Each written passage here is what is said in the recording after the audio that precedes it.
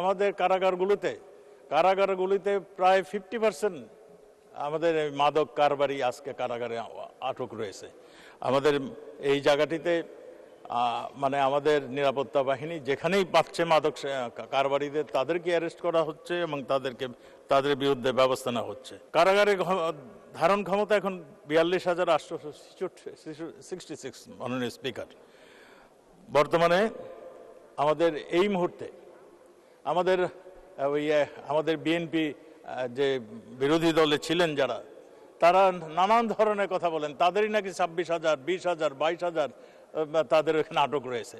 মাননীয় স্পিকার, এই মুহূর্তে আমাদের 63,830 জন বিভিন্ন কারাগারে রয়েছে। এটার সংখ্যা মাঝে মাঝে বাড়ে, এটা সঠিক, কিন্তু আমরা কাউকে কোনো রাজনৈতিক কারণে আমরা অ্যারেস্ট করি নাই মাননীয় স্পিকার।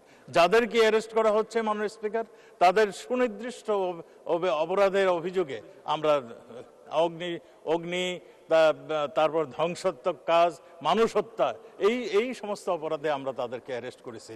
আমরা কোনো রাজনৈতিক কারণে আমরা কেউকে অ্যারেস্ট করিনি।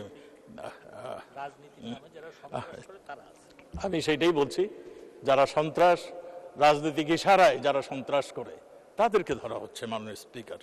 আমরা কারাগারের আমাদের মূল মোটো এটা শোধনাগার, আমরা এখানে কারাগার বলি না, আমরা সেই ব্যবস্থাই চালু করেছি মাননীয় স্পিকার।